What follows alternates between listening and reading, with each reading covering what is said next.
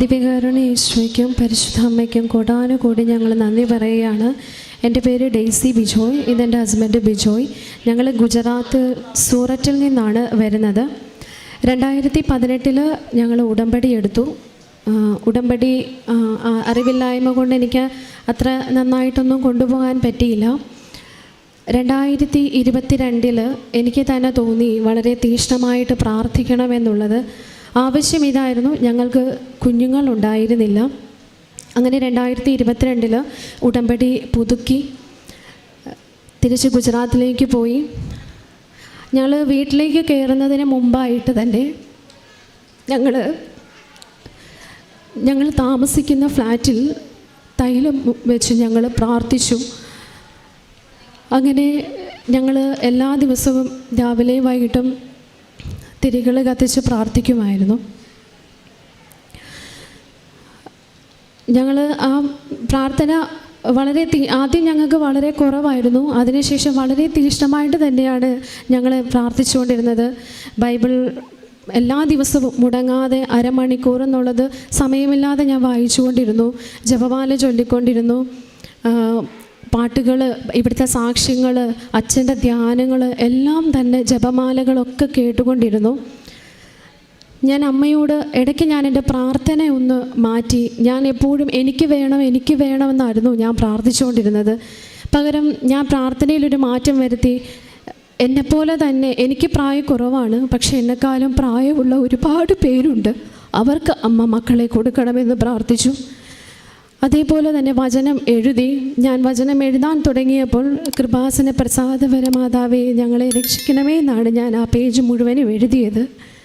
ഞാൻ അമ്മയോട് ഡേറ്റ് ഇട്ട് പ്രാർത്ഥിച്ചു. 3 ഡേറ്റാണ് ഞങ്ങൾ കൊടുത്തത്. ഒന്ന് ഫെബ്രുവരി 20 ഞങ്ങളുടെ വെഡ്ഡിങ് ഡേ ആണ്.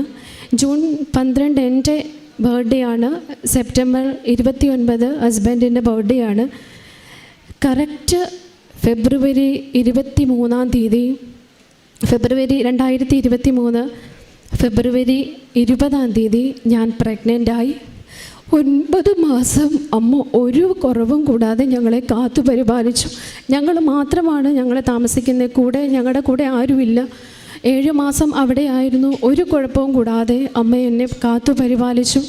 എല്ലാ ദിവസവും തൈലം പൂശി ഞങ്ങൾ വയറ്റത്ത് പുരട്ടി പ്രാർത്ഥിക്കുമായിരുന്നു. കൈകൾ കോർത്ത് പിടിച്ച് ഞങ്ങൾ പ്രാർത്ഥിക്കുമായിരുന്നു. ഞങ്ങൾ തന്നതിനെ ഞങ്ങൾ ഓർത്ത് നന്ദി പറയുമായിരുന്നു. കാരുണ്യ പ്രവർത്തികൾ ഞങ്ങൾ പത്രം ഞാൻ ഇവിടുന്ന് കൊണ്ടുപോയിട്ട് വിശ്വാസ പ്രമാണം ചൊല്ലി കാശ് രൂപത്തോടുമായിട്ട് ഞാൻ എല്ലാവർക്കും കൊടുത്തു. വിശ്വാസ പ്രമാണം ചൊല്ലി. പിന്നെ ഹിന്ദി പത്രവും കൊടുക്കുമായിരുന്നു. അവിടെ ഹിന്ദിക്കാർക്കും ഒക്കെ കൊടുക്കുമായിരുന്നു. പിന്നെ എൻ്റെ ബ്രദർ ഇവിടുന്ന് പത്രം കൊണ്ടുവന്നു, ഒപ്പം കാശ് രൂപമായിട്ട് കൊടുക്കുമായിരുന്നു. കാരുണ്യ പ്രവൃത്തിയിൽ ഫുഡ് ഉണ്ടാക്കിയിട്ട് ഞാൻ നമ്മുടെ നാട്ടിലത്തെ ഫുഡ് അവിടുത്തെ ഒരുപാട് പേർക്ക് ഇഷ്ടമാണ്. അപ്പോൾ രാത്രി ഫുഡ് ഉണ്ടാക്കി ഞാൻ അവിടെ ഇരിക്കുന്ന വഴിയിലുള്ള എല്ലാവർക്കും, ആരുമില്ലാത്തവർക്കും ഒക്കെ ഞാൻ ഫുഡ് ഉണ്ടാക്കി കൊടുക്കുമായിരുന്നു. പിന്നെ എന്നിൽ ചിലപ്പോൾ ഞാൻ വെളിയിലോട്ടൊക്കെ പോകുമ്പോൾ ഒന്നുമില്ലാതിരിക്കും എൻ്റെ കയ്യിൽ. അപ്പം ഞാൻ അടുത്ത് കാണുന്ന കടയിൽ നിന്ന് ഫുഡ് വാങ്ങിച്ച് ഞാൻ വിശ്വാസ പ്രമാണം ചൊല്ലി കൊടുക്കും. ഞാൻ കൊടുക്കുമ്പോൾ ഞാൻ പറയും, കർത്താവ് ഇതെല്ലാം നിനക്ക് വേണ്ടിയാണ് ഞാൻ ചെയ്യുന്നത് എന്ന് ഞാൻ പറഞ്ഞ് അവർക്കും വേണ്ടിയിട്ട് പ്രാർത്ഥിച്ചിട്ട് ഞാൻ കൊടുക്കുമായിരുന്നു. വ്യക്തിപരമായിട്ട് ഞാൻ പറഞ്ഞു, എൻ്റെ പ്രാർത്ഥന, ഞാൻ നന്നായിട്ട് പ്രാർത്ഥിക്കുന്ന ഒരാളായിരുന്നു. പക്ഷേ ഇടയ്ക്ക് എൻ്റെ പ്രാർത്ഥനയൊക്കെ കുറഞ്ഞു പോയി.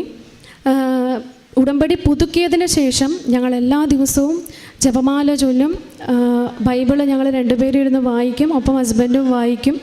പിന്നെ അല്ലാതെ ഇരുന്ന് ബൈബിള് ഞാൻ തന്നെ വായിക്കും, ജപമാല ചൊല്ലും. പിന്നെ ഞങ്ങൾ ഗുജറാത്ത് ആയതുകൊണ്ട് നമ്മുടെ നാട്ടിലാണെങ്കിൽ എല്ലാ ദിവസവും പള്ളിയിലൊക്കെ പോകാം. പക്ഷേ ഗുജറാത്തിൽ നമുക്ക് മലയാള കുർബാനകളൊന്നുമില്ല. ഹിന്ദി കുർബാനയ്ക്കൊക്കെ എനിക്ക് സാധിക്കുന്ന സമയങ്ങളിലൊക്കെ പോകാറുണ്ട്. പിന്നെ അവിടുത്തെ എല്ലാവരും കൂടി ഞങ്ങൾ പ്രാർത്ഥനയിലൊക്കെ പങ്കെടുക്കാറുണ്ട്. അമ്മ മാതാവും ദിവ്യകാരുണ്യ ഈശോയും തന്ന എല്ലാ അനുഗ്രഹങ്ങൾക്കും ഞങ്ങളുടെ ജീവിതം തന്നെ ഞങ്ങൾ സാക്ഷ്യമായി നന്ദിയായി സമർപ്പിക്കുന്നു.